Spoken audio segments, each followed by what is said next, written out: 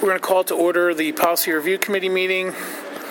It's Monday, November 20th for Daniel Boone Area School District School Board. In attendance is Jeff Scott. Scott Potts. Bob Hurley. Steve Miller. All right.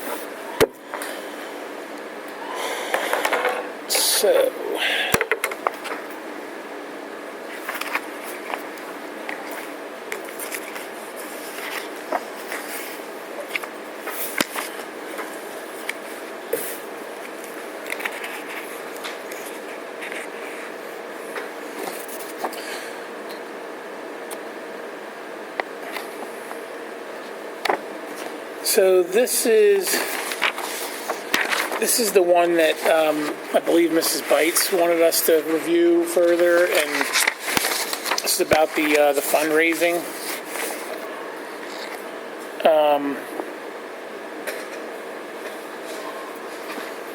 I don't, to be honest with you, I'm not sure why.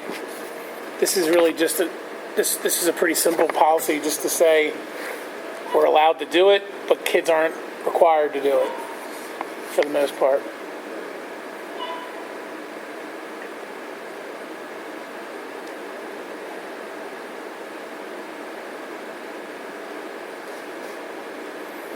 This is all basically managed by the building's principal. Yeah. So, Yeah, between that and board, it comes for approval for the fundraising, so. This was one where Carol had wanted to bring it up because she's been pretty vocal about there being too much fundraising, and Well, that sort of went with the other committee where I think we're going to well, the new board's going to be reviewing that in the next coming year to see is there excessive fundraising being conducted. all right. Is anybody comfortable with us moving this to first reading? I'm comfortable taking it on. Yeah,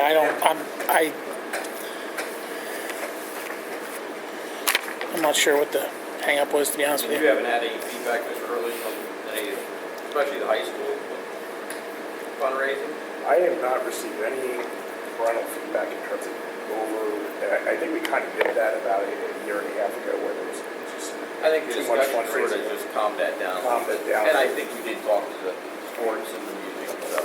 So I think from a management standpoint, it was pretty much settled down. I think it's sort of a childhood in high school, but I think they made a conscious effort to try to minimize its inputs. Well, and I think too, with now the district assuming there's some more responsibility with uniforms, so that's really dropped that drastically.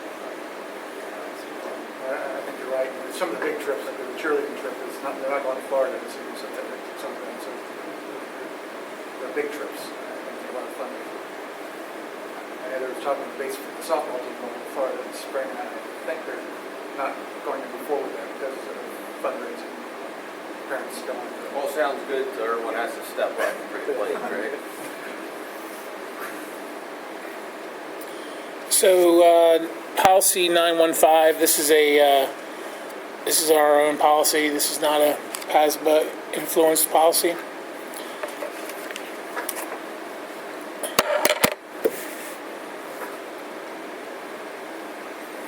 So I honestly don't remember how this got on the docket, other than this is another one of those continuing concerns about booster money, who's in charge of it, is it being used for all the right purposes? Like, if the boosters provide $30,000 for uniforms, are they spending it on uniforms, or is it being used for other purposes? This, I believe, came into play like 4 or 5 years ago. Mr. Hankel was at the high school with football uniforms that came into play, and people picked the colors, and it was sort of as is, where is, you're good. So now, with this in place, this sort of gives a little more guidance for what they can and can't. I guess what I'm confused about is why it needed to go through a reading when it was from March of 2015. Right. I think what was going on here, I think they were having trouble meeting the July 1st deadline. I think it was a July 1st deadline for some of them. Well, yeah. Yeah, there was a finance issue where they were approving it before they actually had the money budgeted in the budget or vice versa. Yeah, and I think that's where some of the organizations. Originally it was in August, but I think really you almost want to have it for really before the end of the before August again. So you're accepting them, and they're already starting up prior to the approval. Yeah, it says these documents must be submitted to the district business office by July 31st. And that, it was formally August 31st. Okay.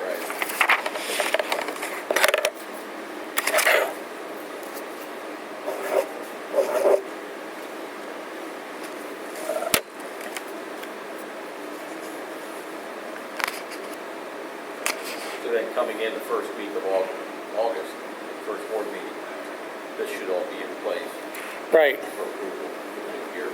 I guess the thing is don't we need to notify all the different booster organizations of the change? Should. Right? Because otherwise they're just going to be late and then we're going to say, okay, no problem. I mean, Get- the two, right. the main two are sports and music. Well, but isn't there more than one sports boosters? Isn't there baseball But and everything's moved over now, so all the financial accounts have been moved over to the business office. So, for the sports side. So I know that feeds them up, so yeah,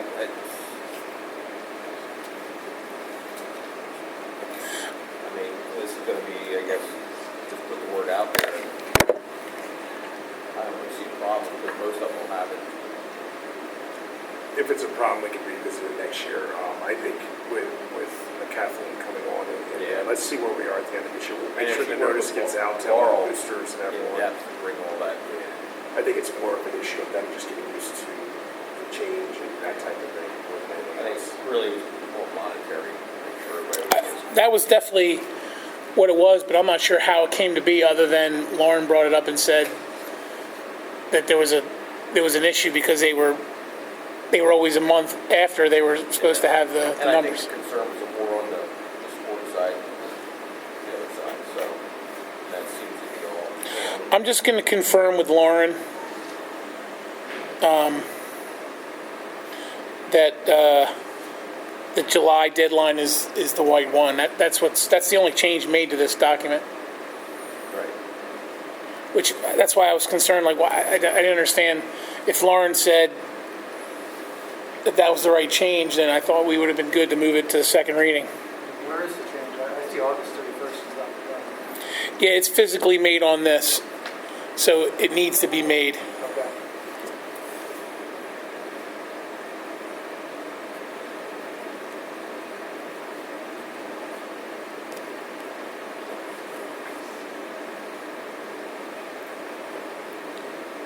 I'm just going to note on here that I'm going to reach out to Lauren and confirm that, but otherwise, so I guess I don't know. I don't think there's. And that'll be changed here on the back, too, that reporting on, number 4, where it has that date, filed to the district office by August 31st, that hasn't changed in July. Yeah, on my copy it was. Okay. It was physically changed.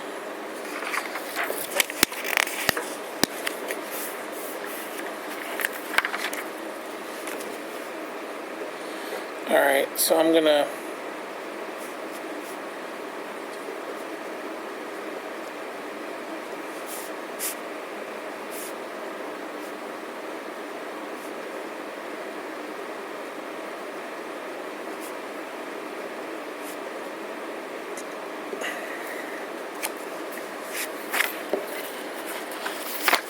So I'm assuming if Lauren gives the okay, you guys are comfortable with moving it on?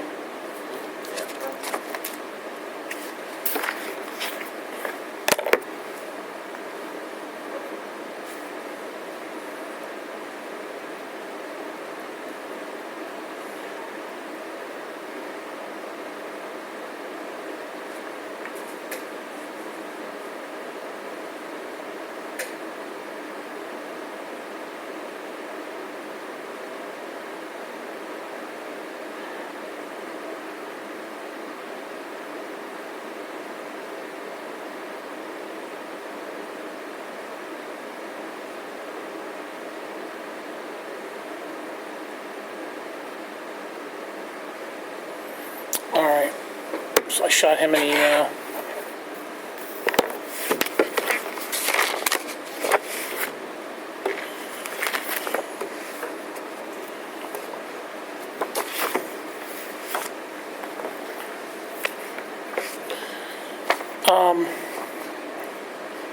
Eligibility of non-resident students.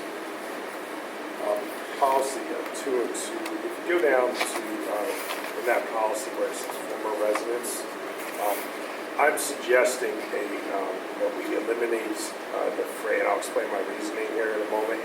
You guys can take Where am I at on this? Under what heading? page 2, under former residents. Former residents, okay, there we are. Down at the bottom, the second sentence at the bottom where it says, or the student is in the 12th grade and the parents or guardians move from the district after the completion of the first semester. I suggest we get rid of that phrase, and hear me out. And the reason why I'm suggesting that is a neighboring district I'm aware of.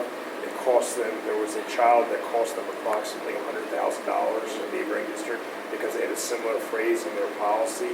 And the child was a senior. It was, and I can't go beyond that in this conversation, but we can do that. Just be aware that could be a call. It happened to a neighboring Is school. first semester, is that considered first quarter?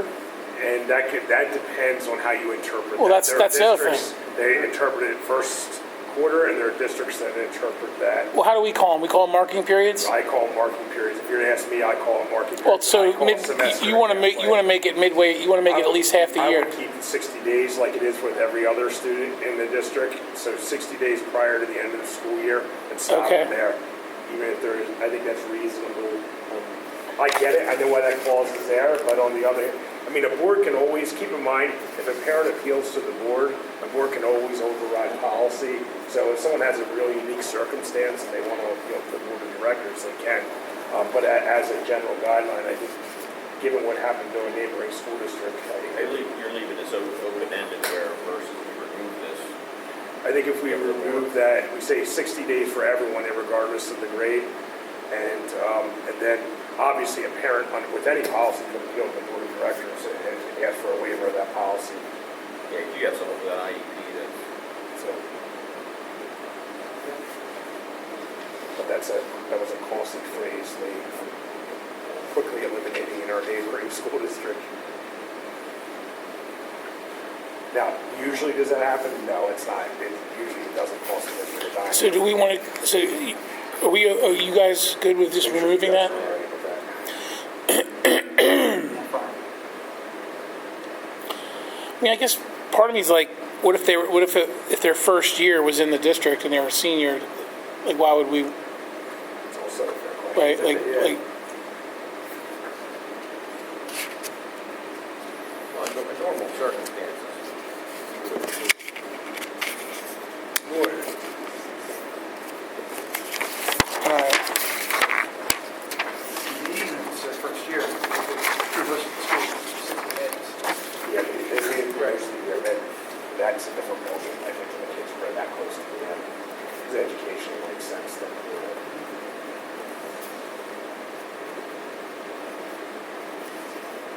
So even if it's expensive, it was just guy bad, it's expensive, you know, trying to hide these.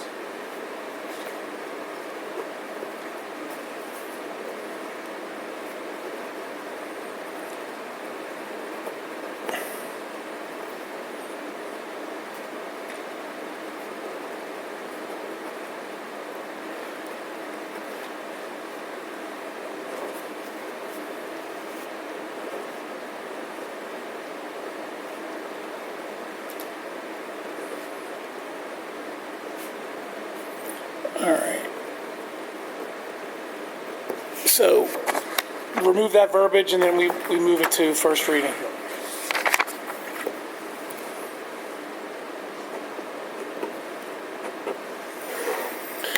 All right, 235.1 is new. Surveys. This is an interesting one. So this is a new policy for all districts that PASBA is recommending. Do we have any history with this, Mr. Hurley? Here's the way I'm reading this policy as is basically if an outside organization wants to survey our kids, okay, and involve a survey, then it would be board approved. The way I'm reading this policy is that if we were internally doing a survey of our students, we would not need board approval. An example, like I'll give you an example of a survey that's coming up in all of our buildings. We're slowly implementing the Oveus anti-bullying program. Well, one of the things we want to gather from students is, are you being picked on? Anonymously, for instance, where are you being picked on? When does it happen? So that we can target our interventions and try to prevent those things from happening. Something like that would not need board approval, but something, for example, if the Karen Foundation wanted to survey our students on drug and alcohol abuse, I think that is where this is really getting into here, like, because there's potentially family issues that are very sensitive. So internal within the district, you're okay with anything outside? That's basically what this. But I don't remember it specifying internal. I thought this was specifically to external surveys. I think this is external. That's how I'm reading it. Yeah, I'm reading this as this is specific to external surveys. Yeah, that's how I read that too. You guys read it? Does it say that somewhere? Yeah, everything's about, this sets forth guidelines to conduct surveys, a collection of useful information for marketing purposes, consistent with law and regulations. Assuming that we're not marketing.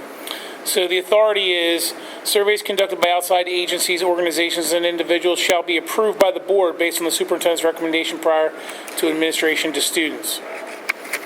So this is, I guess that which brings me to the question of, do we have a policy around our own No. internal use of surveys? Your policy, no, we don't. Okay. But as a rule of thumb, we bring stuff from like outside, we bring to the board, but it's our practices internally, we would handle that, we just do it. And the example would be anti-bullying, school climate's an example of a survey, a data point principle. Can we change the title to I think we absolutely. like external I feel or? better about that. I don't like the word. I just saying surveys is very, vague to me. I would absolutely change that. That way, a principal comes in clear. Like externally administered or externally This is requested. Students, right? Because there are other surveys we run with staff. Absolutely. Yeah, there's others. Yeah, this is Is saying external surveys enough? Actually, I think it provides more clarity, and it's easier for people to do something.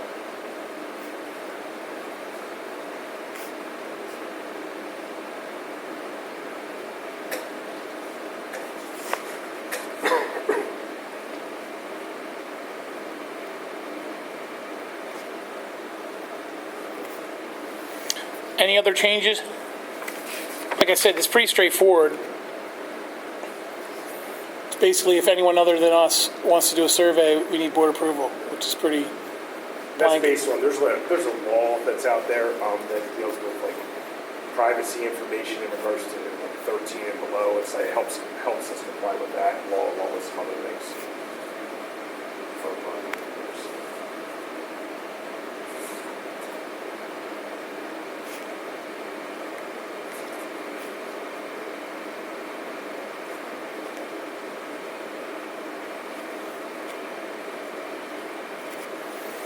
All right.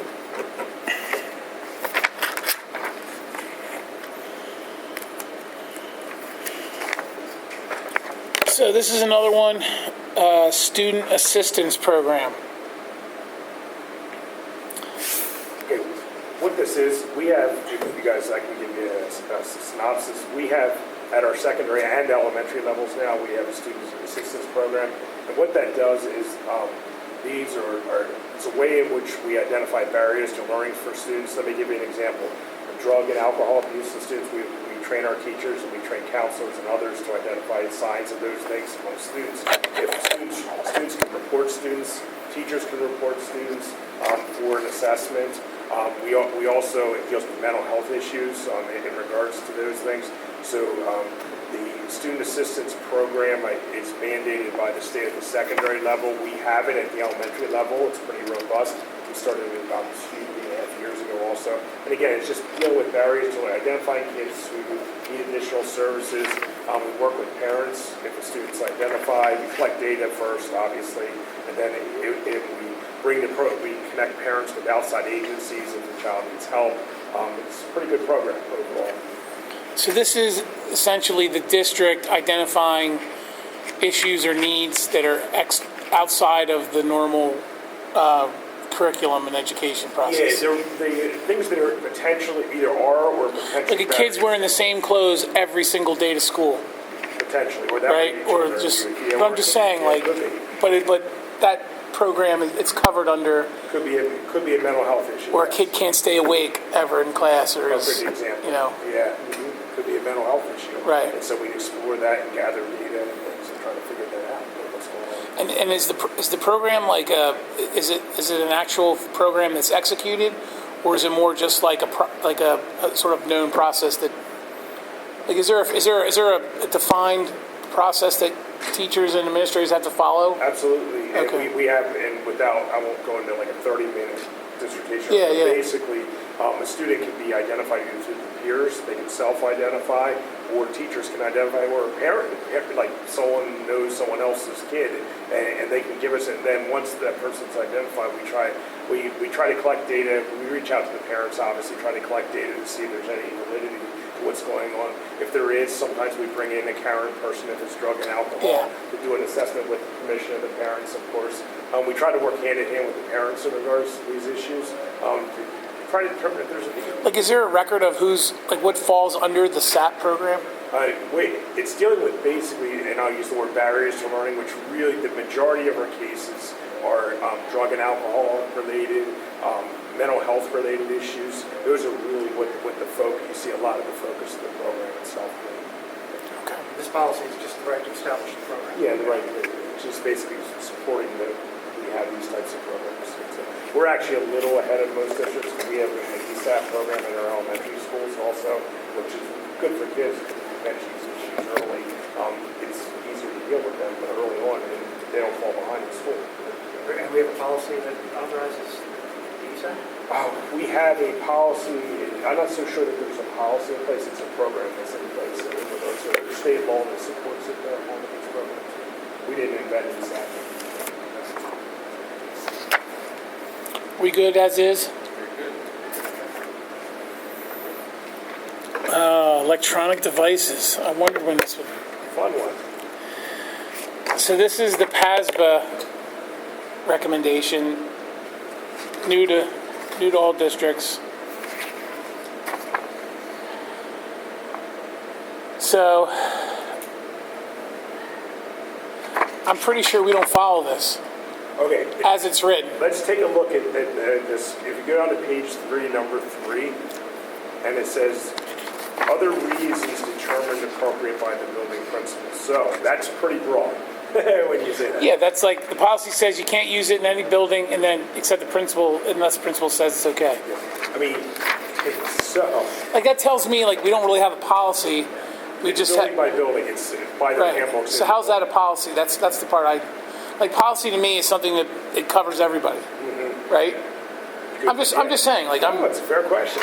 We don't, like in this regard, we don't, it's not as extensive. like it's like no bullying. Like there's no bullying policy. It covers the entire district, right? Yeah. And I know this. I know that this is lax because I just from my own kids, and I know. The high school, they're the high school. Yeah, they don't. They walk. They Good luck putting that back in the can. They're in their phones during the day. They use their phones in the cafeteria. So I mean, those. If they use it in the classroom, are they confiscated? If they're the teacher, let me give you an example. I think the teachers should have the authority to. This one is, authorize the use. this is like a I mean, I get it. personal sore spot for me. There are legitimate, I think there are legitimate educational uses for electronic devices. However, students can misuse them also, so there should be no unauthorized use of electronic devices in our school, and the question is. Yeah, I guess what I'm saying though is, it's, we don't have a policy. What we have is a guideline that some principals do or don't follow, and I think I would say that even if the principals don't necessarily subscribe to the kids using their phones in certain places, I don't know that we enforce it at all. Like what I hear from the kids I know in my neighborhood is that they're the only time they're really ever it's ever enforced as far as not using their phone is literally during classroom instruction. Exams. Other than that, very rarely does anyone ever get told and never is the phone confiscated, unless it's some extreme situation. But I don't know. Definitely need cases of pornography, harassment, things like that. Yeah, that I get. We're not covered around that. That becomes a state police issue. And there's things in here, and you guys will laugh at this, just from years ago being at a building level, like laser pointers. Kids will shoot them in the bus, and it's you think, oh, that's benign. Why would you even bother putting? Well, it actually can create some pretty issues. Yeah, I get. People's pointing lasers like that.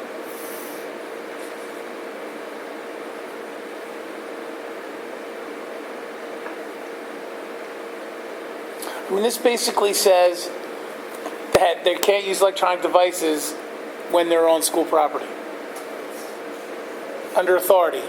That's essentially what it says. Yes, it does. Basically, we're not near that. I'm not advocating that extreme. I'm just saying, this is our policy. Do we want to put this out on our website if we're not going to adhere to it? I feel like we need to alter this.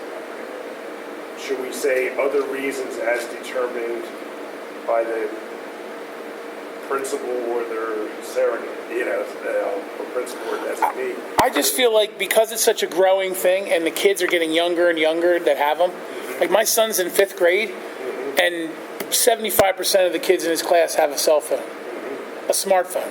Yeah. Especially if they're going to be providing iPads. I feel like we need to. I think maybe we should flip it around the other way. Restrict access in certain places at certain times instead of prohibited use. Then allow it. I reverse it. The school reserves the right to. Well, we're going to definitely have to have an amendment to this, a 237.1 that gets into the iPad issue, right? And we're starting that next year. So between now and then, we need to create a policy that's specific to. Along those lines, what we reached out to Wyomissing, Governor Mifflin, Ole, and they don't have policies on. I think it ties into one of these things one here. They don't have policies on their iPads. They have things in their handbooks in regards to. Because I think we had discussed that, and I know I'm digressing a little bit. We had discussed that. No, it's good. I mean, we talked about what do you do when the kid shows up and doesn't have one? Yeah. What do you do when the kid shows up and it's not charged? Yeah. What happens when they damage it? We're going to have policies around who's responsible for paying, right? If there's a deductible, are we providing the insurance? Are the parents responsible for getting insurance for the device? All that stuff. I have for you, just when we get to that, I have about 5 or 6 examples from other schools. We don't need to read them, but fortunately. I just want to. I'm just saying, I'm just saying, do we need? It feels like at some point we're going to need to have. So why don't we policy? You want to table this one right now for electronic devices? I feel like we need some. I think this is my opinion. You guys tell me if you agree or disagree, but I feel like we should have a policy on this, and we should administer it and uphold it. Agreed. Now, does it need to be no devices under any circumstances on school property? No, but we should have we should have something that's I think whatever we say we're gonna do, we should enforce what we're doing. correct. That's all I'm saying. Yeah. Absolutely. That's all I'm saying. And it should be consistent. It shouldn't be at the principal's discretion, because Right. my feeling on that is that when you leave it, if it's at the principal's discretion, that means it just will not be done. Because they have 2,000 other things that they're worried about, and the cell phone usage is probably 50th on their list. Well, I know there's teachers in the past, especially in math classes, that, you know, and maybe they're just, they're not a permanent teacher for that class, so they might be there for 6 months. But coming in, the students have no respect, and they're pulling the phones out, and they're on the phones, and I mentioned, Right. well, check them in at the box. Well, we can't do that. My wife runs a Well, scramble. Well, you're not allowed to do that either. in my wife's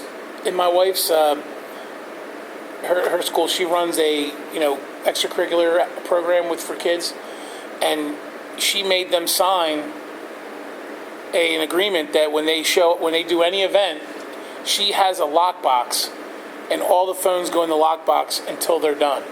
See, that'd be good. And she's like, it's like a legit fire.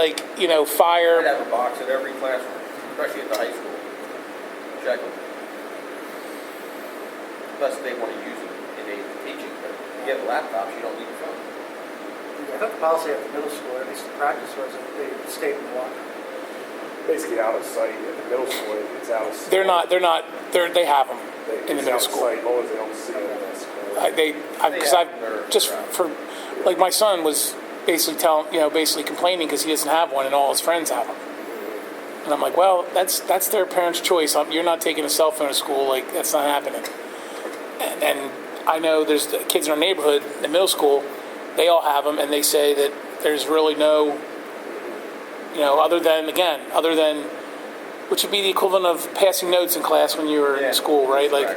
if you're basically, texting and whatever else, then during instruction time, then the teacher would say something, but basically take it maybe and put it on her desk, and then you grab it on the way out. Which I would prefer that they just do that as a practice. Like you walk into the classroom, there should be like a box like you have at one of those jump zones where there's all those boxes for sneakers. You just have a little box for cell phones, and everyone puts their cell phone in it, and then they grab it on the way out. And then you don't have to deal with it. And again, I'm just throwing that out there. Like, I feel like we should have something. Let me bring it back to our administrative team, and then Yeah. we'll come back with see if we can tweak the wording. You guys okay with that? Yeah. Tweak some of the wording on that a little bit. And see Yeah, or add to it. Like, Or if add to there's it, like yeah. again, my feeling is you should decide like what you think the district policy should be, Yeah. and then let us bring it here again, and we'll talk through it, right? Yeah, absolutely. But I think you're right, something that starts with the prohibit the use of all electronic devices except for. Yeah, I mean, we're not going to administer that, and I don't think We want that's. something that's enforceable too. Like Yeah, you want something realistic, because if you imagine if you start enforcing that, Yeah. like parents will be in an uproar. I think I'd be very curious to hear from the faculty, especially at the high school. I would too. High school and middle school is where it's really rampant, but even like I said, even in the elementary schools, the kids have them now. Yeah. And there are, I mean, legitimate, what kids, I mean, your daughter probably knows this, what kids do a lot of now? If the teacher's putting something complicated on the board, Yeah. kids will snap a picture at the end, which, hey, that's legitimate. Yeah, see that there's a good example. Like if you're 'Cause I taking won't- photos, that, if you're taking videos and photos like in the hallways and whatever, like that should not be. Yeah. I mean, I've gone to sales meetings, and they might have had a marketing employee on the screen, and then you had to go in on those. Oh, and do like a little response And thing. they had to hit a response. Yeah, we and do then that too at work. Feedback, and that worked out really nice, but I can see that. No, For the that's most part, productive. yeah, you don't, they don't. Yeah, it's no different if there's true emergency. Well, and then we haven't even got into like the cheating aspect of it. Like I got notes on my phone, and But I mean- what about smartwatch? I have a hard time. Right. Well, that's what I mean. Listen, That's my daughter. She's not getting an apple. but I totally get it. I mean, that's what I'm saying. It's a tricky issue. It's tricky because Electronic earpiece, kick the other room, hey, okay, what's up? Yeah, it's funny, Google like, Glasses people would have when they're Yeah. videotaping their kids. the kids, I mean, in the class, I mean, kids do look stuff up, they'll go pull their cell phone out, they'll look things, I mean, that happens today.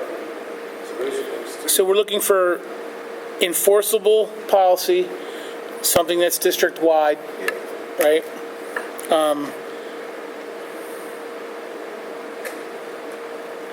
So we'll just say either a change or addition to the current language. Yep.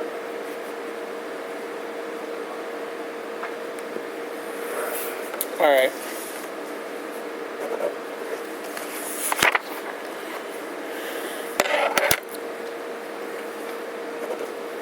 Parent of record, previously policy 227. So this is essentially identifying who the legal guardian is or who the primary guardian is for a student. This is just defining legal terms here. You know, they are, we know there's anyway, you know, when it says joint legal custody, primary legal custody, it's just defining legal terms. Yeah, it looks like the only thing they really did was reorganize it and put headings on it. Yeah, I think this is, it's pretty. Oh, Steve, anything in bold aside from these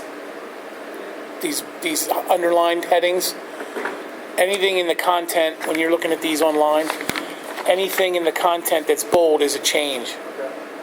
And if the whole thing is bold, then you know, and normally when that happens, it says new policy. But like you'll see sections of where it's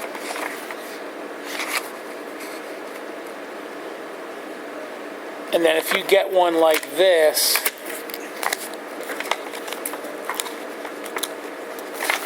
I'll show you this one. If you get one that looks like this, like if it looks like, if it's in that kind of format, then you want to review the whole thing because it's an older policy. And like it was adopted in 2015, but more than likely it's older than that. Like we had some that we've seen come across that were like 2004, 2002, or older. What was the one on that nepotism policy was from like 1989? See, this is based off 1989, 1914. Well, yeah, all of the acts and legal, they're all old. I mean, they're Yeah, but I guess it's not here. It's just, my daughter just turned 18 with the medical rights. She has to get approval for us to see her medical records. Is there something similar to the school records? You have someone that's 18, they're now legally an adult. Do they have to give if I believe if they're still, they don't have to give permission if they're still in the high school. school records? If they're still in the school. So it's different. We try to work with parents. Yeah, I shouldn't. We don't work as much of that. You have bigger issues if that's being. No, but we did review that. That we did review that. I'm pretty sure. And again, my memory The is. only reason came, yeah, we got a call from CBS or something. Yeah. We weren't allowed to share information about her. So she's still. Yeah. No, I believe that for students that There's are. some verbiage, I have to look it up, there's some very It says that if they're, even if they're 18, if they're still enrolled and attending school, you can still give them the information. So the parent of record, we're good as is.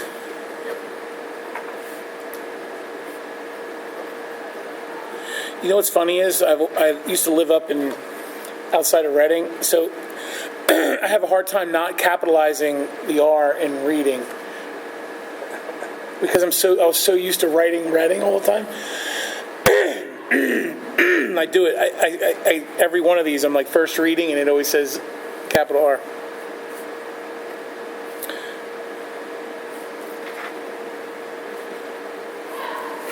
Not the. All right. I swear we already went over this once. The foreign exchange student. This is a new one.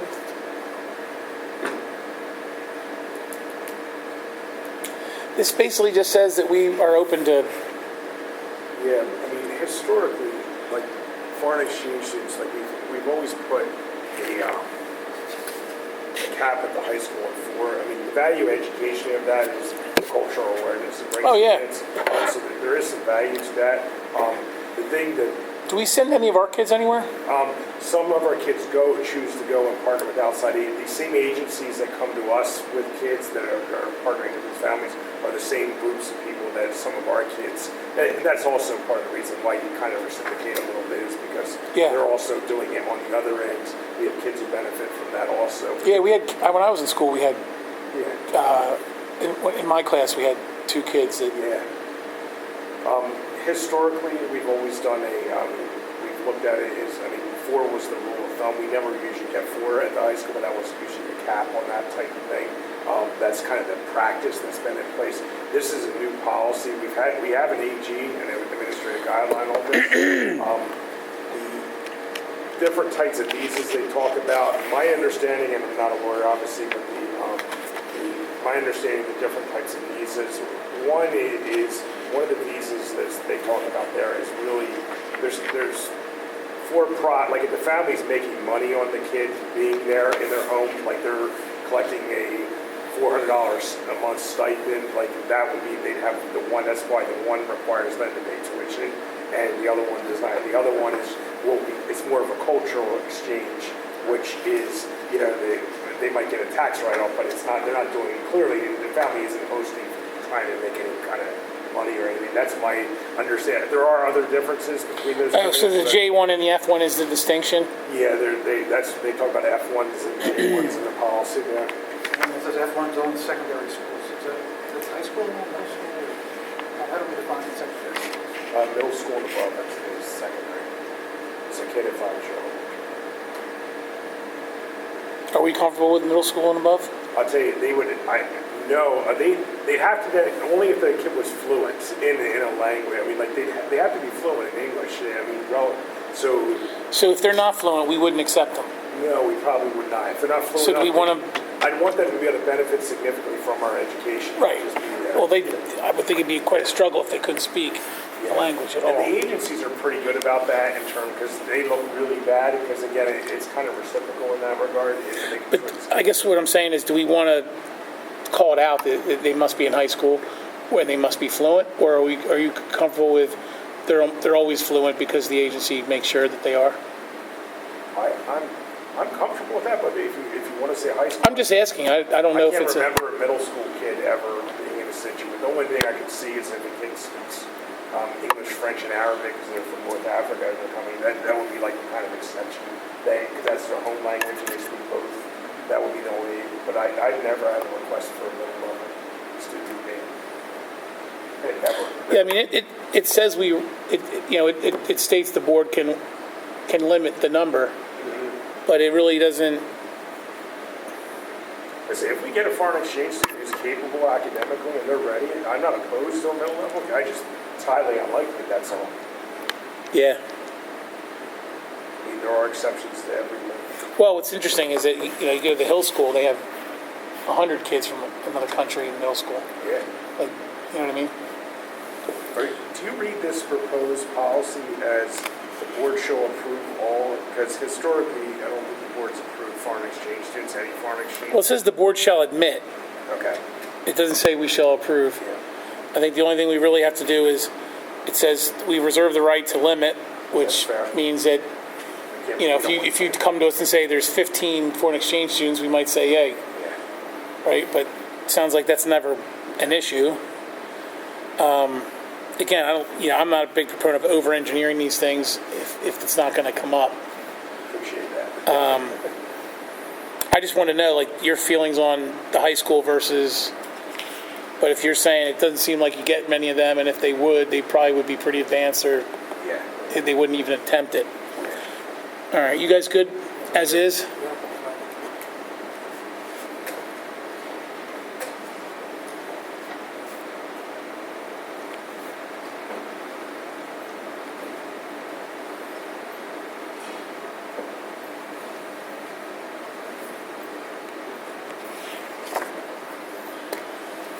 All right. Moving on. Student wellness. This is a new policy.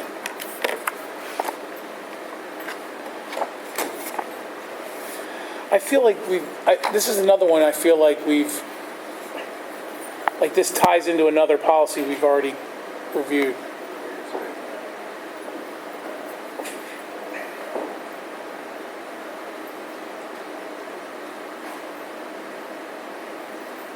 Like there was one on like physical health, or like if I think it was related to if the administration notices that a kid seems physically like not being cared for, that they're supposed to, if there's any health issues that they notice, they're supposed to bring them up. But this is more or less the whole state mandated, like can't serve soda and blah blah blah.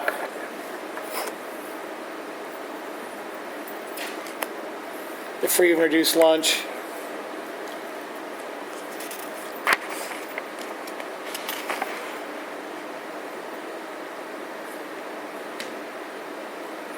The other thing it says, though, is we're supposed to have a committee. Yep. Do we have staff members responsible? We're supposed to be reporting to the superintendent. It does say it does mandate a committee, that's the one that We it do have a wellness does. committee. We do. Just mandate, it mandates it, that's all. I mean, it says there's supposed to be a board member on the committee. I would eliminate that requirement. Yeah, I mean, Seriously, guys. yeah. How about just a committee? It also says it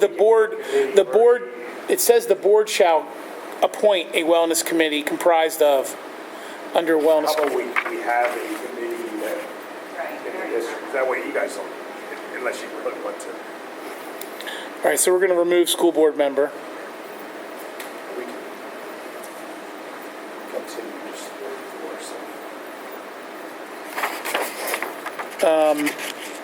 I don't know that That's fine. the superintendent shall appoint a wellness committee. Superintendent or designate.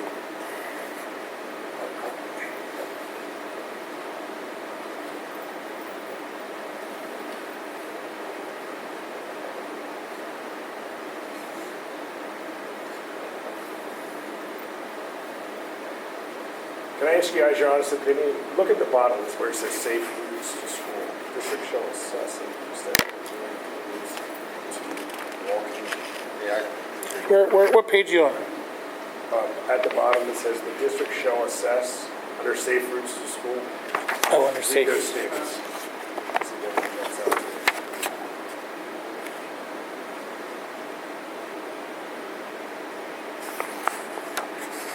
Well, implement improvements. Like, what kind of improvements are we going to implement? I don't know. Question. well, I mean, as far as transportation committee, we do have hazardous routes, which are identified. They submit to the state, and then they declare that as a hazardous route. Then children have to be bused. Because we talked about that train, one train. Well, train or anything. Weavertown Road is a hazardous route, so all the kids on there have to be bused. Who determines that? Well, the Mr. Rhodes and Mr. Klein would submit, or the transportation coordinator would submit to the state for a hazardous route. They have forms to fill out. Because, I mean, this doesn't put any onus on the transportation company. I would also put in here, through the district shall cooperate with local municipalities and transportation contractors.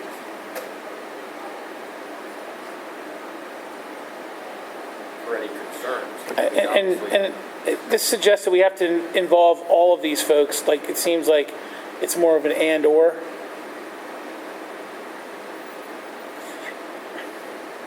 I would like to think that's more information. If you need to do something, you can reach out to these individuals, but, It just says we will cooperate. yeah.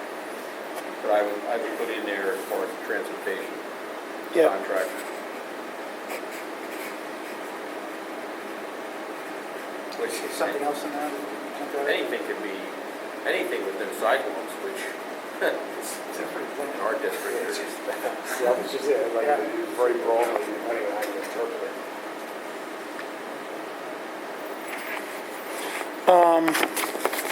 Well, the one that caught my eye was just the one that said implement improvements.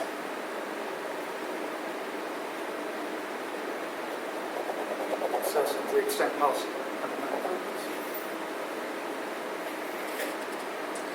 I mean, I'm assuming that means implement improvements on district property. Like, we're not going to fix sidewalks and, Or you could put review for possible improvements. It could be a yearly review. A parent could bring that to your attention, that they think their route or their street is not safe for their student to get on the bus. It's proven to the routes, because you're right, you're running up at sidewalks. all right, I'm going to add school grounds, district property. What's the right phrasing, district property?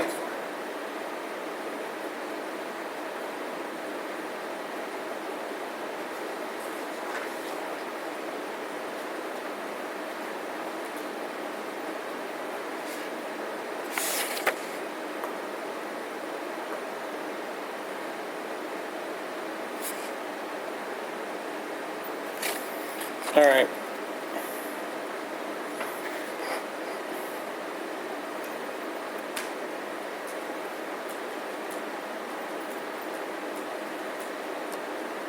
Anything else in here concerning? I mean, all the nutritional stuff and phys ed requirements are all state mandated. Like, we don't really, that's all federal.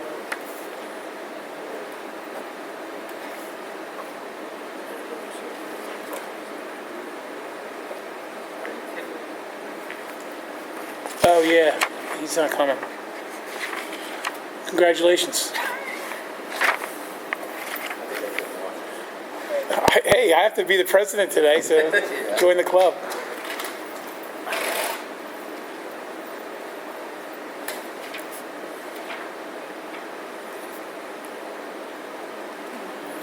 All right, so after these edits are made, we're going to move to first reading.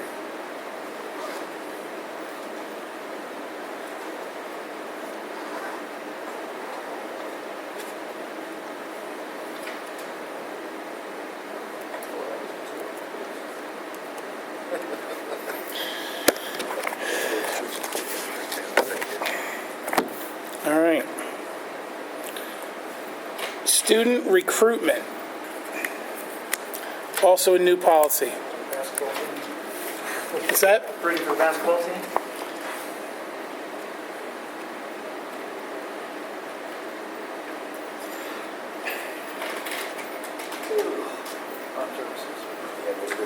This is all military. Yeah, there's things we have to do, like the military, less stuff, like certain things were required by law. It's just So if fine where if someone's trying to military recruiters. enlist in the Navy, they can come to us and ask for information. We have to give it to them. And we don't need any consent from anybody. It's generic, or it's generic information.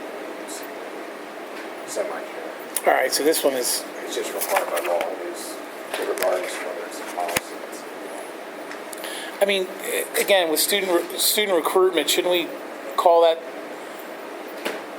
is that military recruitment? Well, that's post-secondary institutions, so it's colleges as well.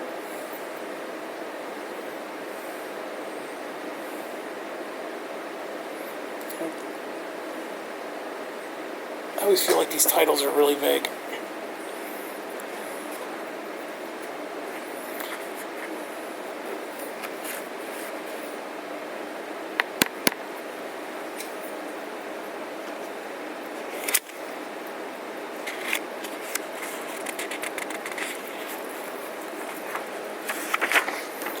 We good with this the way it is? You good with the student recruitment title? I think so. It is vague, but I don't know what I would change. Yeah, I don't know what else to change it to. Unless it was, if it was just military, it'd be a little easier. It's mostly military, but it does say post-secondary institutions. Yeah.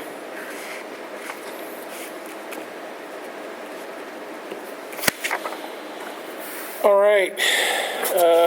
Nothing in legal review currently, which is pretty awesome. Policy 252. No, I'm just looking at, I just noticed that usually we have a couple in legal reading. Last one, dating violence.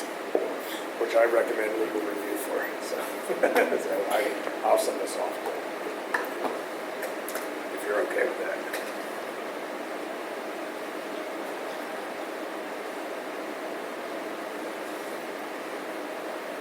I just like the whole name, the name of these titles just irk me sometimes. Like dating violence.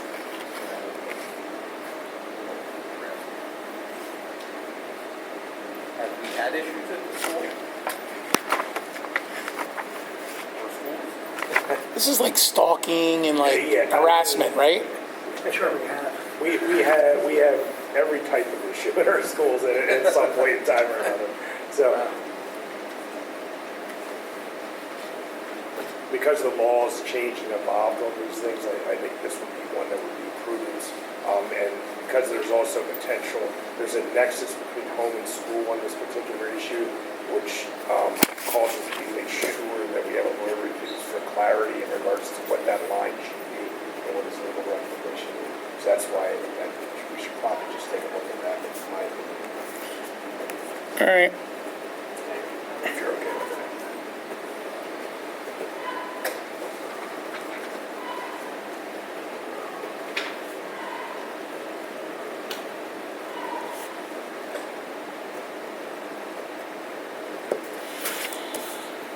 All right.